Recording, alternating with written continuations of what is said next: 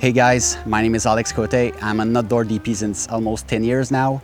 And today I want to share with you what are the lenses that I use the most in the past 3 years. The image they deliver is incredible, they are well built, and I think they are recognized in the industry. So let's dive in.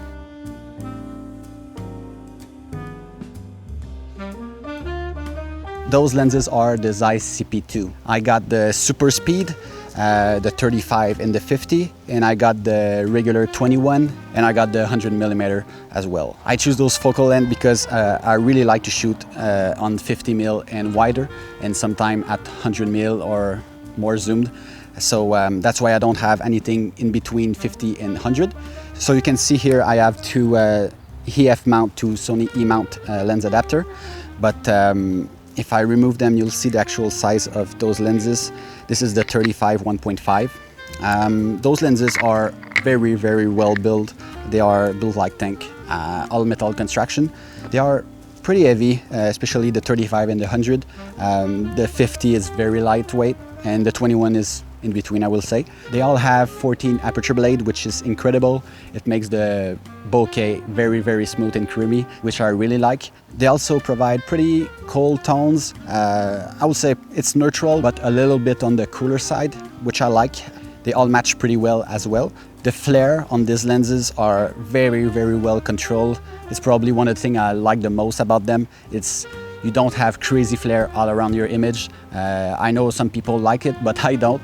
I like to have very well-controlled flare. And it's very cool because if they flare, it's a very natural light beam, nothing too distracting. One last thing I really like is the focus fall off. The way the lens manage the out of focus to the focus area is very, very good. I don't know what they do. It's probably a secret sauce, but I really like how the focus fall off looked. I will say my favorite lens out of those 4 lenses is the 35. It is the sharpest, even wide open at 1.5, which is crazy. It is quite a little bit heavy, but it looks so good. Like a lot of Zeiss lenses, the edges on the 35 tend to swirl a little bit, which I really like. The 21 also have little swirly edges. The 50 is probably the one I use the less. It's not that sharp wide open, but once you go past 2.4, 2.8, it starts getting a lot better. You also have a little bit of chromatic aberration on the 50 wide open. Otherwise, it's a very lightweight lens, so I think it's just good to have a 50 in your cinema lens kit. So why I suggest those lenses? You might say it's expensive to get a set like this. You might say they are quite whole. I think they come out in 2012, I guess. So it's not they are not new at all. But the very cool thing about it is you can find them used on eBay. You can get some great deal on them. I pay between $1,500 to $2,000 for each of my lenses, so it's not expensive at all. It's even less expensive than some photo lenses. And just because they are made by Zeiss, I think it's a huge plus. People in the industry know their build quality, know how they perform. So even this year on some gig, I continue to rent them. They are very appreciated by other DPs or directors. They know they can rely on Zeiss build quality and image quality.